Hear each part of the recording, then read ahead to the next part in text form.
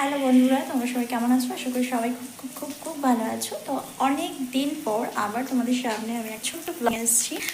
তো প্রায় 1 বছর বাদে আমি ব্লগ করছি। আজকে হঠাৎ মনে হলো না একটা ভিডিও বানানোই যাক। তো আজকে আমি রান্না করেছি চিংড়ি মাছ দিয়ে কচুরলতি, সেটাই তোমাদের সাথে এখন শেয়ার করবো, সেই জন্য ভিডিওটাই অন করা। তো চলো আমি কীভাবে করি, আমার অনেকটাই হয়েই এসছে, হঠাৎ করে মনে হলো তাই ক্যামেরাটা অন করলাম। তো চলো দেখাই তোমাদেরকে। তো দেখো এখানে আমি এই যে মশলা কষাচ্ছি, একটুখানি বেটে দিয়েছি পেঁয়াজ রসুনটা আর একটু কুচিয়ে দিয়েছি। আর এখানে রয়েছে যে কচুরলতি আর রয়েছে এখানে চিংড়ি মাছগুলো ভাজা।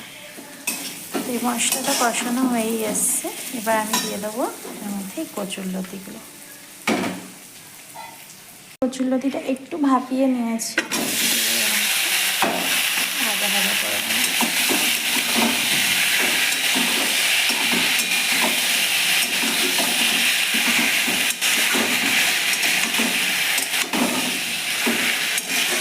আচ্ছা, কচুরলতি কার কার ফেভারিট সেটা অবশ্যই কিন্তু কমেন্ট করে জানিও।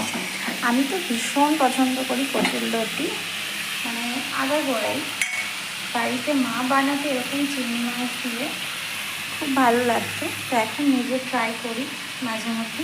কচুরলতি আমি দেখতে পেলেই নিয়ে নিই। কালকে কী হয়েছে, কালকে আমি মেয়েকে দেখতে যাচ্ছিলাম পড়তে। তো পড়তে গিয়ে দেখছি কাকু মানে বেশ মোটা মোটা কচুরলতিগুলো তার বাজারওয়ালা কাকু ভ্যানে রয়েছে। আমি তো দেখেই দাঁড়িয়ে পড়েছি, এবার কাকুকে বললাম দেবো নাকি? তাই বলছি হ্যাঁ দিয়ে দাও কচুরলতি। তো তারপরে কাকু আমি মেয়েকে দিয়ে আসার সময় আমি কচুরলতিটা কিনে নিলাম। ভীষণ পছন্দ করি আমি কচুরলতি, প্রায় 1 কিলোই নিয়ে নিয়েছি একবারে। আরও কিছুটা রয়েছে, সেটা আর একদিন করবো, তা আজকে অল্প করেই করব।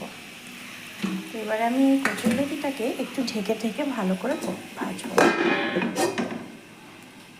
তো এই যে এবার চিংড়িগুলো দিয়ে দিয়েছি, এবার ভালো করে একটু উল্টে পাল্টে ভালো করে ভেজে নিতে হবে। আমার কচুরলতিগুলো তো সিদ্ধ হয়েই গেছে অলমোস্ট।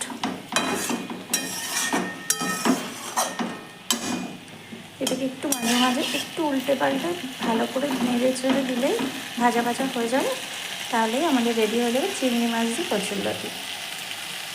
দেখো এই যে আমার কচুরলতি একদম রেডি হয়ে গেছে।